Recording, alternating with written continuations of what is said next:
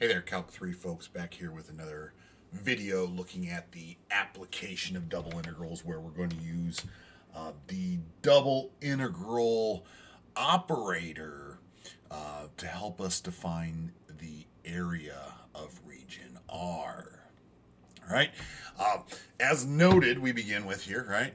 As noted, this double integral calculation applied to a multivariable function f, as we understand, does yield the net volume trapped between the surface z equal to f of xy and the xy plane over this region of R. All right, that is not going to change here, folks. That double integral calculation, that double integral operator, right, the double integral operator over region R, when applied to a function f, a multivariable function in three-dimensional space, does yield a net volume, right? It does yield this value known as a net volume, right?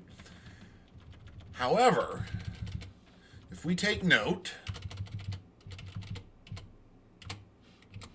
if z, the multivariable function here, z equal to f of x comma y, if z is equal to the constant function of 1, the volume trapped between this surface and the xy plane over region R is going to end up being equivalent to the area of R.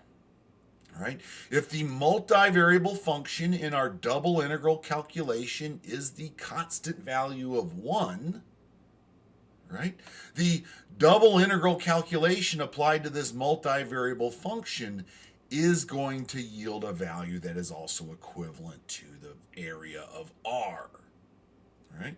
It will be equivalent to the volume trapped between the surface and the xy plane over R, but it'll also be equivalent to the area of R. And you're going, well, how is that possible? Well, as illustrated in the proof of the double integral calculation, right, this net volume calculation is predicated on the fundamental formula for volume, right, where when we think about volume, in this case, we often want to think about volume as this area of the base times the height, right? This net volume we're calculating up here for the case where z equals 1, right, can be thought of as an area of the base times a height. Where in the case of z equal to 1, right, the solid described by the double integral calculation actually has a height equivalent to 1, implying that this height measurement up here in this volume calculation is equivalent to 1 in value.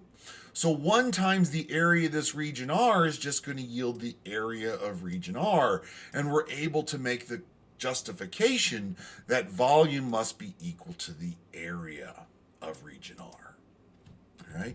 This result, right, well, we should note first has this implication, right, implying that if I apply the double integral operator, right, over region R to the integrand of 1, that is like just having the double integral operator itself, right, that double integral operator itself always just represents the value known as the area of region R.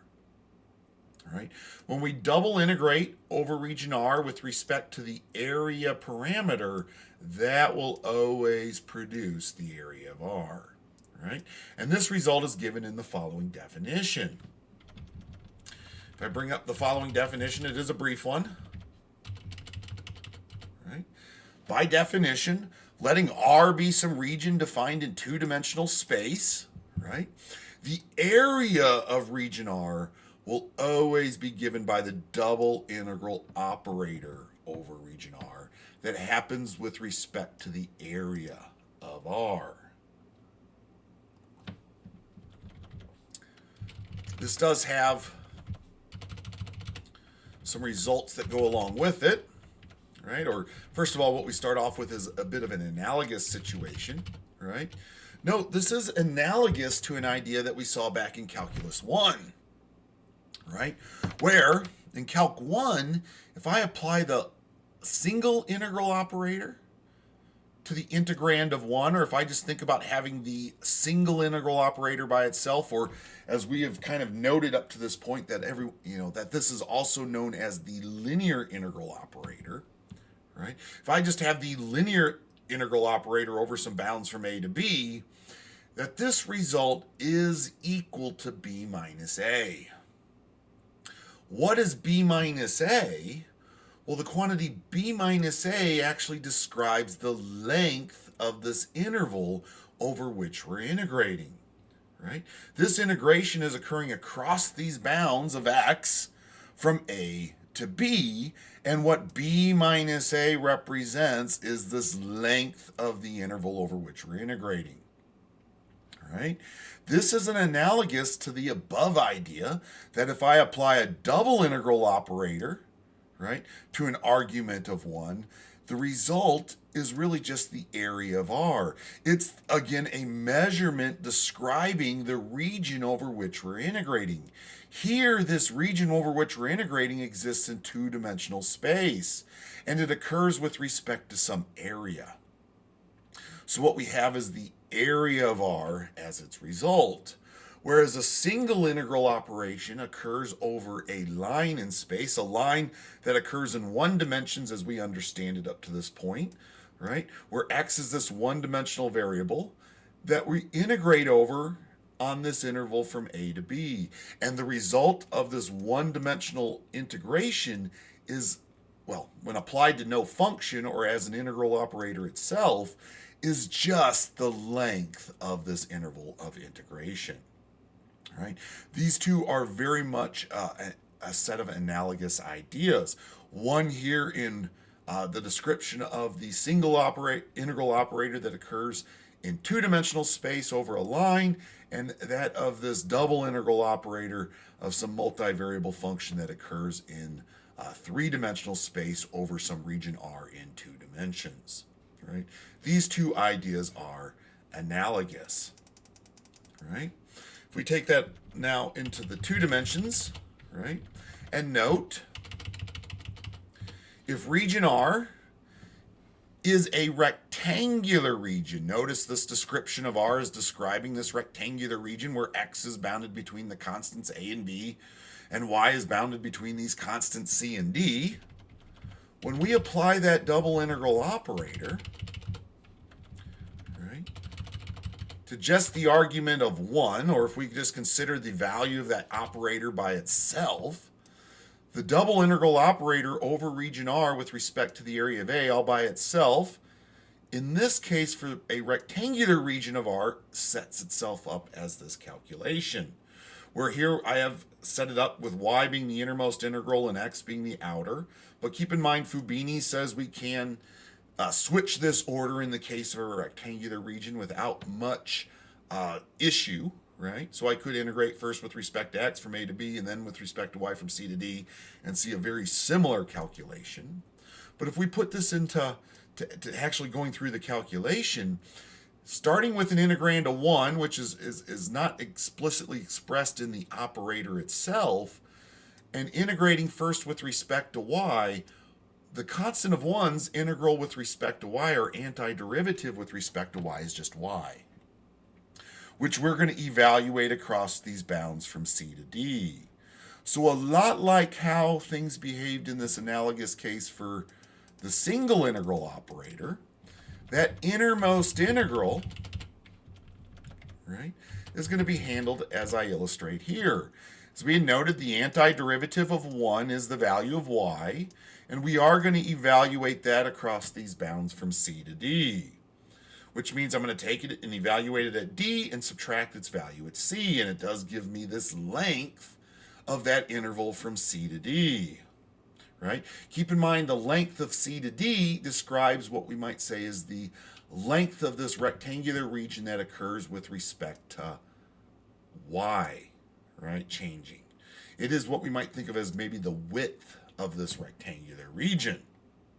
All right? So the integral on this double integral with respect to y on the innermost integration does occur and give us a measurement of maybe the width of this rectangular region. Where if I now come back and take this width measurement of this rectangular region and consider integrating it with respect to x, well, this is just a constant, d minus c.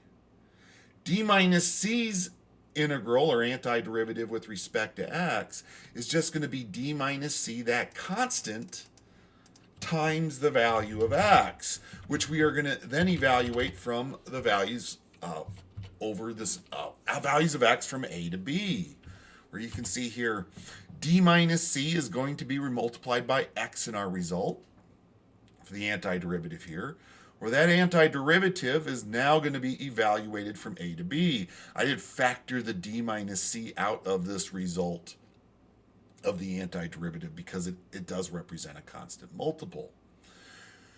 When we now evaluate just x across these bounds from a to b, as we have highlighted again in our analogous case, evaluating x across the bounds from a to b just produces b minus a.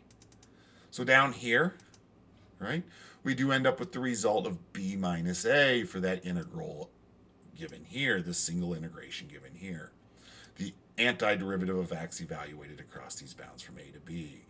So in an end result, if I scroll up and show you the entire result, the double integral operator by itself, if applied to some rectangular region R, which we've described up here, right, occurs, the result is going to be given down here, d minus c times b minus a, where I've already spent a moment to highlight that d minus c represents this description occurring along the y-axis with respect to this rectangular region R, which we might call the width of rectangle R, or that rectangular region R. As for the quantity b minus a describes the length of this interval that is describing region R in the x-axis, along the x-axis, from values of x equal to a up to values of x equal to b. We might think of that as the length of this rectangular region. So if I have the width of this rectangular region and I multiply it by the length of this rectangular region, well, what is the result of that? Length times width for a rectangle produces area of the rectangle, right? So if we take notice, right, d minus c describes the width of region R, b minus a describes the length of region R. So the area of rectangular region R, right, the area of R is given by length times width, which is this quantity b minus a times d minus c. I just rearranged these factors, right, to produce this result of length times width. And this is a fundamental geometrical understanding of area for rectangular regions. If we take the length times the width, which is given to us by b minus a times d minus c, it does yield the area of R. All right? So this result right here is the area of R. Now that is in the case of rectangular regions. What if we're looking at the case here for what we understand as some more generic description of region R, a description of region R that we saw occur in section 16.2. Note, if R is described this way, right, as this generic description of region R that we've encountered in section 16.2, then the double integral over region R with respect to the area of R, this double integral operator by itself, can be interpreted this way over region R. It is an integration that is going to occur with respect to just the integrand of 1. 1 is seen exhibited implicitly inside this argument for the linear, or the what we call the surface integral, or this double integral operator, right? That is going to occur because of this description of R, where x is bounded between the constants a and b, and y is bounded between these functions g of x and h of x. It is going to occur in this order, first with respect to y and then with respect to x, where the integration with respect to y occurs across those functional bounds of x from g to h, and that result, right, that result is going to be given here, right? As we saw in the previous set a note there, y, or when we integrate 1 with respect to y, the result is just y. The antiderivative of 1 is just y with respect to y, right? Where we're going to evaluate that across these bounds from g of x to h of x. That does produce this result for the antiderivative, right, of that first antiderivative integral in this double integral calculation. Where this might look familiar, folks, especially if you go back and you think to those early days of calculus 2. If I bring this note into view, right, we should notice,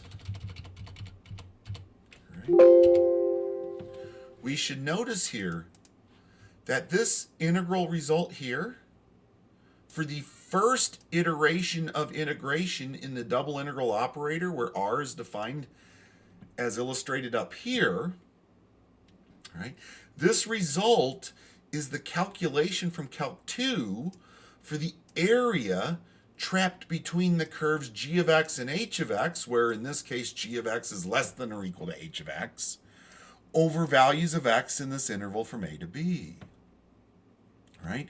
If we can consider setting up our description of region R in this manner, right, as we've seen set up in a generic description in section 16.2, that double integral operator, when you consider its first iteration of integration, the iteration that happens with respect to y in this case, first, this produces our result, given by this, where this result should, right, describe the area trapped between h of x and g of x, h of x being greater than or equal to g of x, over bounds of x from a to b, which is a calculation we encountered back in calculus. I believe it's section 16.2, or not 16.2, that was back in section 6.2, where we were looking at the case for, application of just integration. And one of those early cases for just application of integration, and there we're talking single integration, we did see this case for calculating the area between two curves. Right? Notice this area between two curves calculation is also very analogous to our calculation that we saw in another application video here for double integration, which was the case for volume between two surfaces. All right? This result is also analogous to that scenario. Right? So I do point out these two results, right, that we have for these two cases of region R that we've encountered in our double integral calculations up to this point. The region R that's rectangular, and here this region R that is a bit more of a generic description. So let's put this into practice and look at an example. All right. If I scroll into view some example here, let's consider another example of finding the average value of a function. I did one example earlier in our application videos where I was looking at the calculation of average value of a function, right? Where in that case, I really just did it for the case of a rectangular region. Let's now come back and consider that calculation for average value where we're calculating it over some more generic description of a region that isn't necessarily rectangular in shape. All right, so let's consider calculating the average value of this function, 6x times y squared, over this region of R, where R is this region of space bounded between values of x from 0 to 1 and bounded between values of y from 0 to 1 minus x. 1 minus x being a linear description in space that depends upon x.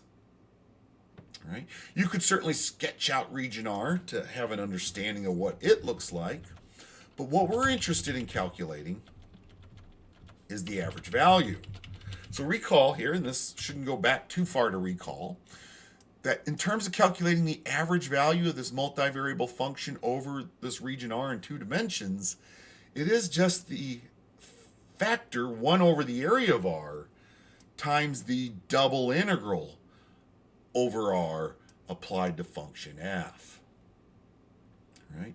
Taking the double integral of function f with respect to r and multiplying it by this factor 1 over the area of r does yield the average value of function f. So if we consider that calculation in this case, we might consider starting with calculating the area of r.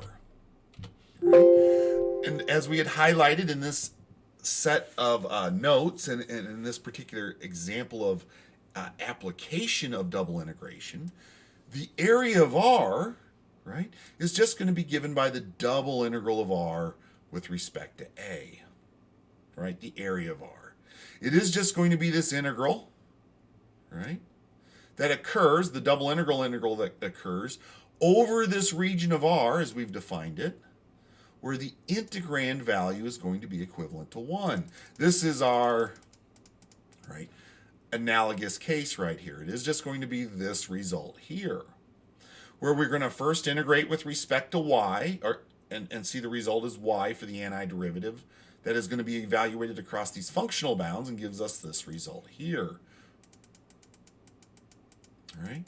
So if we integrate 1 with respect to y, that does produce y, and evaluate it across the bounds from 0 to 1 minus x, we have this notation here. Right? We can see our result is y being evaluated across these bounds from 0 to 1 minus x. And substituting in these bounds, that certainly at 0, it zeroes away, but at 1 minus x, it becomes 1 minus x. Where I'm now going to integrate 1 minus x with respect to x, and we should be familiar with that result. That is going to be x minus 1/2 x squared, which is going to be evaluated across the bounds from 0 to 1. All right? So x minus 1/2 x squared evaluated across these bounds from 0 to 1. Well, certainly at 0, it all zeroes away, but at 1, it's 1 minus 1/2 in value. 1 minus 1/2 is 1/2. So if we think about the area of r, we might say this is 1/2 units squared. Right, in value. The description of the area for this region, and if you actually sketched out this region, you would see that 1/2 certainly does seem appropriate, right? That area of this region is just 1/2 units squared. In fact, if you square it out, or if you sketch it out, you will see that you're dealing with half of a square region. Half of a square region whose side measurements are both 1 unit in length. They're all 1 unit in length. So that overall square would have an area of 1 unit, and we're interested in half of it in its description, so that would be 1/2 square units. So this is the area of region R, where if we go further now, and we consider what would actually then be the double integral of our function f over region R? Well, this is not a new calculation to us. We can handle this. We are going to set up our double integral calculation as we've seen, right? Applied to our function 6xy squared and occurring across these bounds from 0 to 1 for x and 0 to 1 minus x for y, and integrate first with respect to y and then with respect to x. Or first with respect to y, the antiderivative of 6xy squared is going to have y bump up to a power of 3, and we're going to divide this all by 3. So 6 divided by 3 is 2 times this value of x times a y that's now raised to the 3rd power. This is the result that we have. We bring that result into view. That does produce this result. As I said, it's going to be 2 times x times y cubed, which we're now going to evaluate across the bounds from 0 to 1 minus x.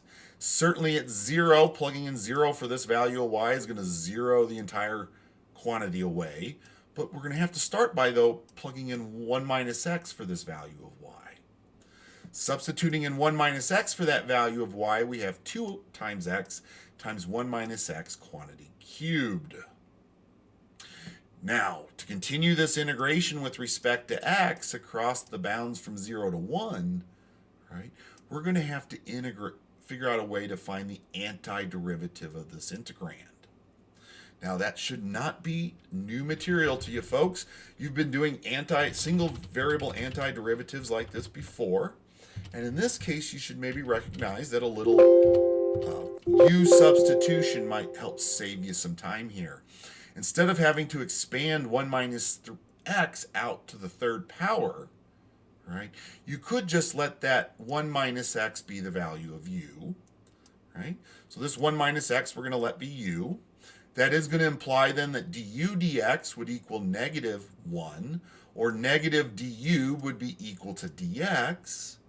And when I think about this value of x on the outside here, I have a bit more of a fancier u substitution, where this value of x here is going to have to be substituted with 1 minus u also. And from u substitution then, right, if we think about the u substitution, right, this double integral over function f that we're calculating, that's happening with respect to the area of R, in its first round gave us this result up here, where now if I approach this calculation using this u substitution we've laid out, right, we are going to have to first of all begin by adjusting our bounds. These were bounds of x. Plugging in 0 for x will make u equal to 1, so we get a new lower bound of 1. Substituting in this 1 for x, we get our new value for u, 1 minus 1 being 0. The dx gets replaced with negative du, so that's where the minus and the du come from in this substitution. The 1 minus x in this statement, 1 minus x cubed, gets replaced with just u, so that becomes u cubed. And because x equals 1 minus u, this value x in this statement here, with respect to x, gets replaced with 1 minus u here. Now, this argument can be cleaned up a little bit. You will notice our bounds have reversed their directions. We now are integrating from 1 to 0. We can reverse that direction back to an integration, first of all, from 0 to 1, which will just require us to change the sign, which might be convenient to do because we have this minus out in front. So to eliminate this minus, we're going to switch these bounds from 1 to 0 to 0 to 1. The 2 is going to be a constant multiple. That's going to come out in front. And this u cubed is going to distribute itself across this quantity 1 minus u. Certainly the expansion here and the cleaning up of this integrand is a little easier than what we had in terms of x. It cleans itself up this way. As I said, we can reverse the bounds if we change the sign of the integral from negative to positive. The negative has been dropped. The bounds have been switched. The 2 is going to be a constant multiple. We brought that out in front as a constant multiple of this integration. And our integrand here, you can see, is nothing more than taking the u cubed in this statement that I've highlighted and distributing it through the quantity 1 minus u. U cubed times 1 is u cubed. U cubed times negative u is negative u to the 4th power. And we're going to integrate that all now with respect to u. That's a quick integration, folks. The u to the cubed bumps up to the 4th, and you divide by 4. The u to the 4th bumps its power up to 5, and you divide by 5. All right? If we bring those results into view, we then evaluate those also across those bounds from 0 to 1. Notice these become our results. Sorry about that chiming. Here we end up with, like I said, the antiderivative of this makes this u into 4, and we divide by 4. This u bumps up to 5, and we divide by 5. And we evaluate that now across these bounds from 0 to 1. Certainly we can see at 0, all of this will 0 away. But at the value of 1, you will have 1/4 minus 1/5. 1/4 minus 1/5, if you make those into common denominators of 20, a denominator of 20, you will have 5/20 minus 4/20 in value. Well, 5/20 minus 4/20 in value just leaves behind 1/20 in value. Multiplying that 1/20th in value by the constant multiple of 2 yields 1/10 in value.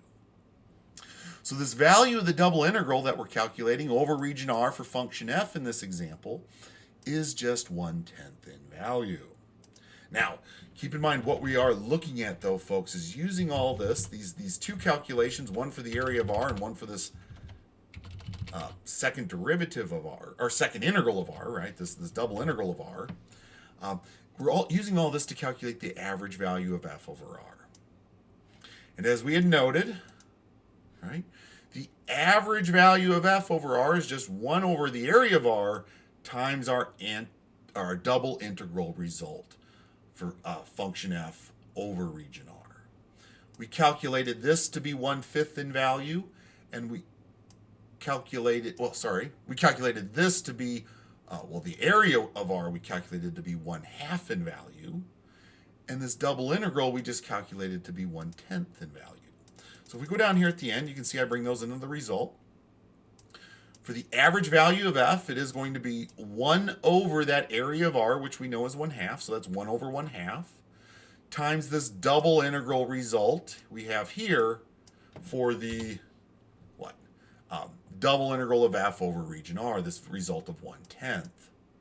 Well, 1 over 1/2 does simplify to 2, so really we have 2 times 1/10, which simplifies itself to 1/5. Right?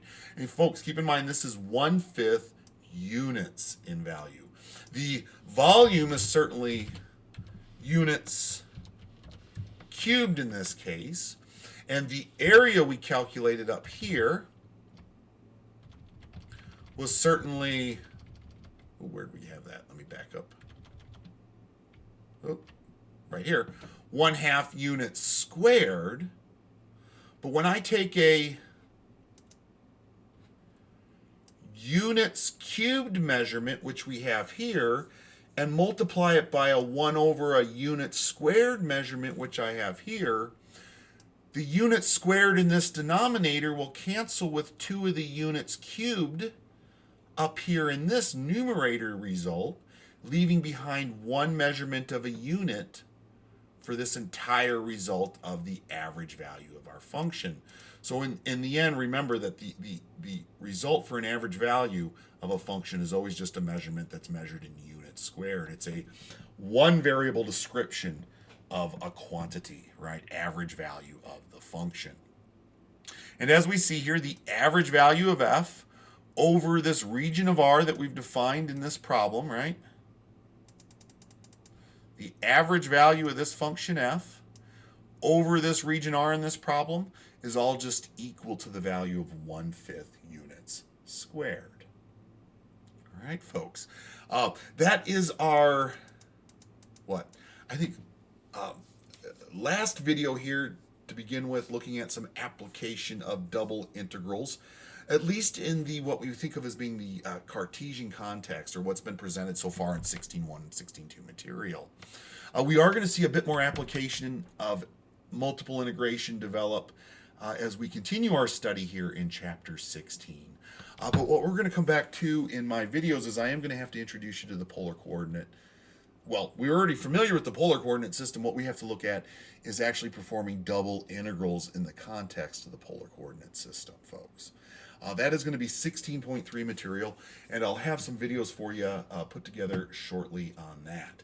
But this does hopefully conclude the videos covering 16.1 and 16.2, where these last few videos have been looking at application of that double integral, which was the application examples that were presented back in 16.1 and 16.2. With that said, folks, I am be back in the next video. I hope you're hanging in out there, and you're all safe and well, and we're bearing with this online presentation of material. I know I've had a lot of people tell me that they're enjoying these videos and that they like how I'm presenting the material. So right now I'm going to continue doing things the way that I have been.